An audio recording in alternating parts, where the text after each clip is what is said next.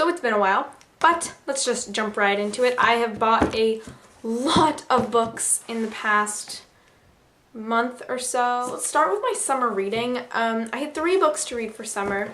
The first one is called In Defense of Women by H.L. Mencken. This is a series of essays about women and marriage, and it's kind of, I think it's kind of satirical, kind of funny, but yeah. This book, I've already read it, probably not going to keep it past the end of this year. Next was A Room of One's Own by Virginia Woolf. This is a long essay written by Virginia Woolf about basically her thesis is that women need a room of one's own and a room of her own and a steady income to write good fiction.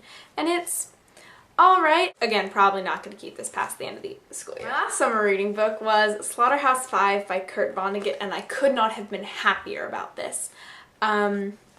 This is a brilliant book. This is Kurt Vonnegut's anti-war novel following the life of Billy Pilgrim as he has become unstuck in time. It's a very good book. I loved this one, and this inspired me to get 2 more Vonnegut books. The 2 other Kurt Vonnegut books I bought were these 2. Play Your Piano and While Mortals Sleep. While Mortals Sleep was the first book I bought, and it's a collection of short stories by Kurt Vonnegut. And this I have also already read, and it is brilliant, and the stories are great. It doesn't take that long to get through. It took me maybe a couple days to get through this. The last book is Play Your Piano, and I have not read this yet, but this book is about the story of Paul Proteus and the world he lives in, which is run by machines. I'm really anxious to get to this, but I just haven't had time yet. These books are all for school, so I'm going to get through them really quickly. Next is In Cold Blood. In Cold Blood tells the story of a brutal murder in 1959. This one I'm actually very excited to get to. How to Be Alone by John Franzen. This is a collection of essays about dignity and civil life. I'm pretty interested in this. I really like collections of essays, so I'm always excited when we get to that. Adventures of Huckleberry Finn. I've actually never read this, and I'm pretty excited to read it. If you don't know, it follows the story of a boy in Mississippi and is technically the sequel to Tom Sawyer.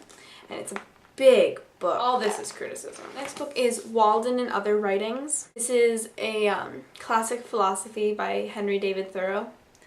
And I'm excited. I like reading philosophy. But I don't know much about it. So, The Great Gatsby by F. Scott Fitzgerald. I am so excited to read this. I have read it before, but I've never had a copy of it. I only read it at the library. It's short. It's an amazing book. It's one of my favorites. It follows the story of Jay Gatsby, a millionaire during the American Jazz age, and I'm so excited to read this again, especially for school. The last book for school is one I am currently reading, and it's called The Turn of the Screw, and it's a 19th century horror novel, and so far I really like it. It follows the story of a governess whose children are being visited by a ghost. So far it's really good. The reading is a little difficult, so right now, just so I can get everything, and I only have 2 days to read it. I mean, it's only 85 pages, so it's not that bad. But just so I get all of it, I'm reading it along with the Spark Notes, but I read the chapter and then I read the Spark Notes just to make sure I got everything. That's generally a pretty good way to do school reading, I think, is just to make sure you don't miss anything, is to read the chapter and then read the Spark Notes summary of the chapter, just so nothing is missed. That is it for school books. Now there are 3 other books that I have. God, I dreamed there was an angel who could hear me through the wall as I cried out like in Latin, this is so not life at all.